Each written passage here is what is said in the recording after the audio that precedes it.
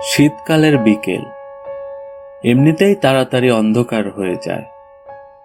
তার উপরে আজকে সকাল থেকে আকাশ মেঘলা। দুপুরের দিকে একবার ঝিরঝির করে বৃষ্টি পড়েছে।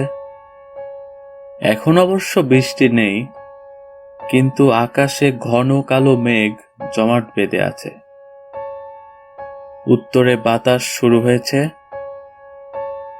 বাতাসের বেগ ক্রমশই বাড়ছে।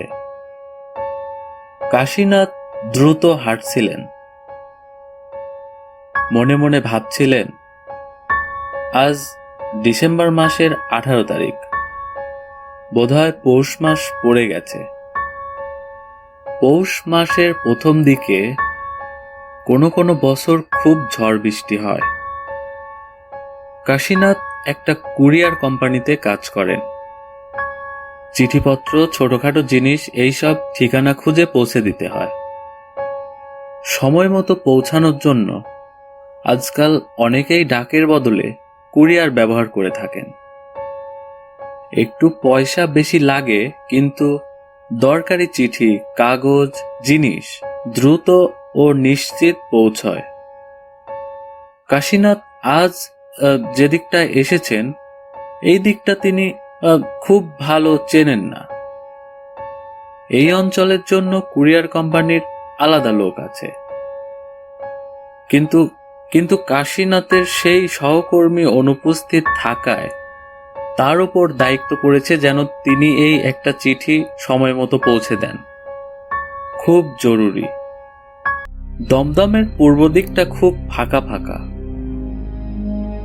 আগে তো লোকজন কিছুই ছিল না। এখন অবশ্য এদিক ওদিক 2-4 ঘর মানুষ এবং কিছু নতুন বসতি দেখা যায়। পুরনো বাড়িঘর যা ছিল তার অধিকাংশই বাগান বাড়ি, মাছের ভেড়ি, গদিঘর আর 2-1টা কুঁড়ে ঘর। আজকাল অবশ্য এদিকে ইলেকট্রিক, টেলিফোন সবই এসেছে। মধ্যে মধ্যে হঠাৎ হঠাৎ কয়েকটি উঁচু ফ্ল্যাট কিংবা আলো ঝলমল কারখানা কেমন বেমানান দেখায়। এইসব ভাবতে ভাবতে কাশীনাথ পিচের রাস্তা পেরিয়ে ভাঙা ইটের রাস্তায় বেশ কিছু দূর চলে এসেছেন। তার গন্তব্য চাঁদু রায়ের বাড়ি, 13 কবরখানা রোড। ঠিকানায় এরকমই লেখা আছে, তবে ব্র্যাকেটে লেখা আছে পূর্ব ঘুঘুডাঙ্গার 2 মাইল উত্তরে। ঠিকানায় 13 নম্বর এবং কবরখানা, এইরকম দুটো অশুভ ব্যাপার দেখে প্রথম থেকেই কাশীনাথের মনটা কেমন খুঁতখুত করছিল। তার উপরে ইতিমধ্যেই আকাশ কেমন ঘুটঘুটে অন্ধকার হয়ে এসেছে। হঠাৎ জোর দমকা হাওয়া, সেই সঙ্গে বরফের মতো ঠান্ডা শীতের বৃষ্টি দৌড়ে ধেয়ে এলো। একটা মোটা পুরনো খদ্দরের চাদর আছে কাশীনাথের কাছে। সেটা নিয়ে কোনো রকমে মাথা ঢেকে তাড়াতাড়ি হাঁটতে হাঁটতে তিনি চারিদিকে তাকাতে লাগলেন। চারিদিকে এবড়ো থেবড়ো মাঠ, বাড়িঘর বিশেষ দেখা যায় না। মাঠের মধ্যে অনেক দেওয়াল উঠেছে, বোধহয় ভবিষ্যতে হাউজিং হবে। মাইলখানেক আগে রাস্তার মোড়ে একটি ঝুপড়ি চায়ের দোকানে দাঁড়িয়ে একবার চা খেতে খেতে তিনি খবর নিয়ে শুনেছিলেন এটাই কবরখানা রোড। তার ধারণা ছিল 13 নম্বর বাড়ি খুব কাছেই কোথাও হবে, কিন্তু এত দূর পেরিয়ে এসেও এখনো 5-7টা বাড়িও কাশীনাথের নজরে পড়েনি। তিনি আশা করছেন সামনেই হয়তো কোথাও কয়েকটা বসত বাড়ি আছে, তার মধ্যে কোথাও 13 নম্বর থাকবে। তার কারণ বিদ্যুতের আলোয় তিনি দেখতে পাচ্ছিলেন দূরে নতুন গাছের সারি, মানে সেখানে বোধহয় ভেরির বাঁধ আছে এবং এই রাস্তা সেখানেই শেষ। সুতরাং 13 নম্বর বাড়িটা হয়তো দূরে নয়। মাছের আষ্টে গন্ধ বাতাসে পাওয়া যাচ্ছে। এই ঝড় বৃষ্টির মধ্যে মাছের ভেরি পর্যন্ত পৌঁছাতে পারলে অন্তত মাথা গোজার একটা ঠাঁই হবে। কিন্তু ঝড় বৃষ্টি জোর বেগে এসেছে। এদিকে পায়ের নিচে ইটের মাটি, তাড়াতাড়ি হাঁটাও যায় না। রাস্তায় দূরে দূরে দু একটা আলো জ্বলতে দেখা যাচ্ছিল।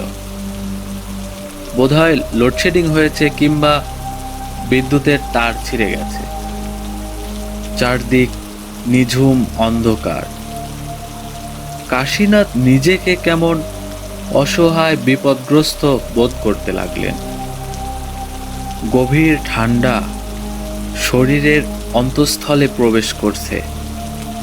তাড়াতাড়ি হাঁটতে গেলে পা পিছলে যাচ্ছে। অন্তত সাথে একটা ছাতা থাকলে কিছুটা উপায় ছিল, কিন্তু এই হাওয়ায় ছাতা সামলানো দায় ছিল। সে যাই হোক, এই সময় একটা প্রচণ্ড বিদ্যুতের ঝলকে কাশীনাথের চোখে পড়ল। ডান দিকে রাস্তার অদূরে একটি পুরনো ভাঙা বাড়ি। অন্ধকারের মধ্যে একটু লক্ষ্য করতেই দেখতে পেলেন ভাঙা বাড়ির মধ্যে কোথাও একটা আলো জ্বলছে। বোধহয় কাচের জানলা আছে। সেই জানলা দিয়ে অতি ক্ষীণ আলো দেখা যাচ্ছে। কোনো কিছু না ভেবেই এক দৌড়ে কাশীনাথ সেই বাড়ির বারান্দায় গিয়ে দাঁড়ালো। পুরনো একটা কোঠা বাড়ি, সামনে পুরনো আমলের মতো চওড়া বারান্দা। বারান্দায় উঠে কাশীনাথ কিছুটা স্বস্তি পেলেন। সামনেই একটা ঘর, কিন্তু তাতে কোনো লোকজন আছে বলে মনে হচ্ছে না। তবে একটা খোলা দরজা দিয়ে একটু আলো দেখা যাচ্ছে। বোধহয় ঘরের কোথাও একটা লণ্ঠন জ্বলছে। তারই আলো বোধহয় কাশীনাথ রাস্তা থেকে দেখতে পেয়েছিলেন। এই সময় আরেকবার প্রচণ্ড বিদ্যুতের ঝলকানিতে কাশীনাথ দেখতে পেলেন বারান্দার দেওয়ালে আলকাতরা দিয়ে মোটা মোটা টানে লেখা আছে 13। নিজের ভাগ্যকে এতক্ষণ দুষছিলেন কাশীনাথ। এবার মনে হলো ভাগ্যটা তত খারাপ নয়। বাড়িটা এত তাড়াতাড়ি পেয়ে যাবেন সেটা তিনি ভাবেননি। দুবার দরজায় ঠকঠক করে কোনো সাড়া না পেয়ে কাশীনাথ খোলা দরজা দিয়ে ঘরে ঢুকে গেলেন। ঘরের এক কোণে একটা লণ্ঠন জ্বলছে। ঘরের ভেতর কতকগুলো ভাঙা তক্তপোষ, চেয়ার, টেবিল আর কয়েকটা পুরনো আলমারি ভর্তি বই। কাশীনাথ ঘরে ঢুকতেই হঠাৎ ভেতরের দিক থেকে এক ব্যক্তির আবির্ভাব হলো। লোকটাকে দেখে কেমন খটকা লাগলো কাশীনাথের। লোকটা যেন হাঁটছে না, কেউ তাকে হাঁটাচ্ছে। যেমন যেমন পুতুল নাচে পুতুলকে নাচায়, ঠিক তেমন। মরা মাছের মতো চোখ। লোকটাকে ঠিক ভালো লাগলো না কাশীনাথের। তাড়াতাড়ি চিঠিটা দিয়ে যত তাড়াতাড়ি এখান থেকে বেরিয়ে পড়া যায় ততই ভালো। কিন্তু বাইরেও তো ভীষণ দুর্যোগ।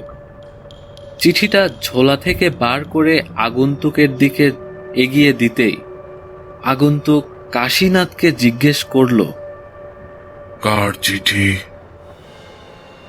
খামের ঠিকানা আরেকবার দেখে নিয়ে কাশীনাথ বললেন, চাঁদুবাবুর চিঠি। চাঁদুবাবুর জন্য আপনাকে অপেক্ষা করতে হবে। চাঁদুবাবু আজকাল দেরি করে আসেন। আপনি চিঠিটা রেখে দিন না। চিঠিটা আমি রাখতে পারি, কিন্তু আপনার কি হবে?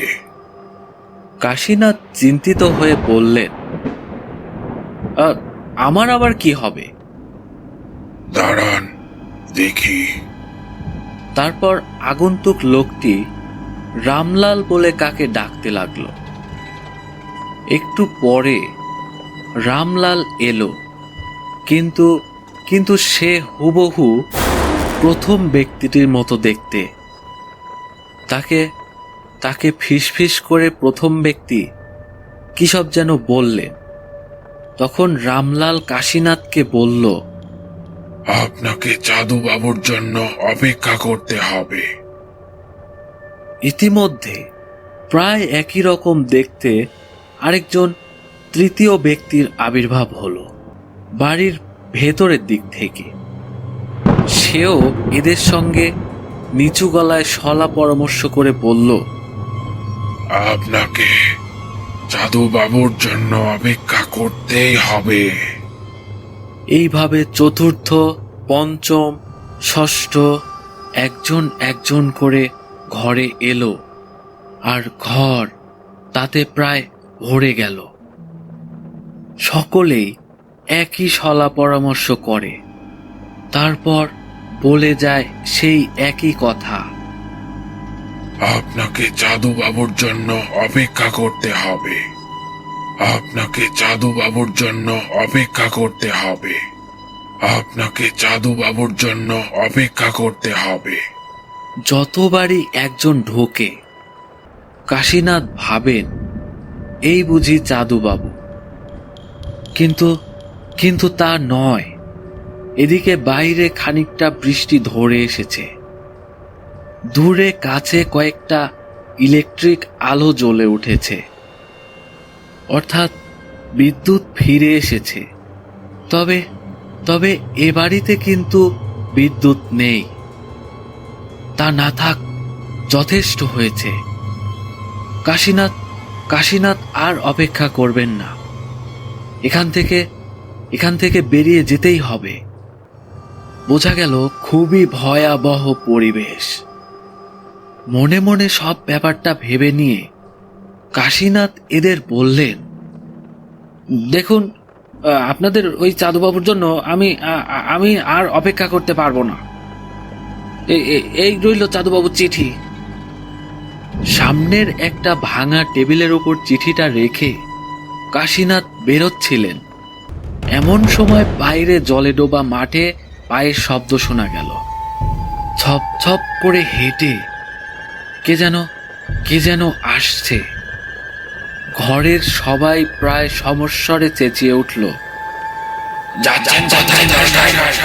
ওই তো চাঁদুবাবু এসে গেছে। পায়ের শব্দ শোনা যাচ্ছে। ওই তো চাঁদুবাবু এসে গেছে। পায়ের শব্দ শোনা যাচ্ছে। ঠিক তখনই লণ্ঠনটা যেদিকে জ্বলছে সেই দেওয়ালে একটা বড় ফটোর দিকে চোখ পড়ল কাশীনাথের। একজন মধ্যবয়সী মোটাসোটা মানুষের আবক্ষ ছবি। ছবির নিচে লেখা, চাঁদুবাবু, জন্ম 7ই বৈশাখ 1350 এবং মৃত্যু 1 পৌষ 1406। সঙ্গে সঙ্গে কাশীনাথের মনে হলো, সর্বনাশ, আজকেই তো 1 পৌষ। তার মানে 3 বছর হলো চাঁদুবাবু মারা গেছে। এক মুহূর্ত দেরি না করে ঝড়ের বেগে ঘর থেকে বেরিয়ে এক লাফে বারান্দা পার হয়ে বৃষ্টির মাঝে সামনের মাঠ ধরে দৌড়তে লাগলেন কাশীনাথ। সেই ছোটার বিরাম নেই। অমাশাই, চাঁদুবাবু এসে গেছে। চাঁদুবাবু এসে গেছে।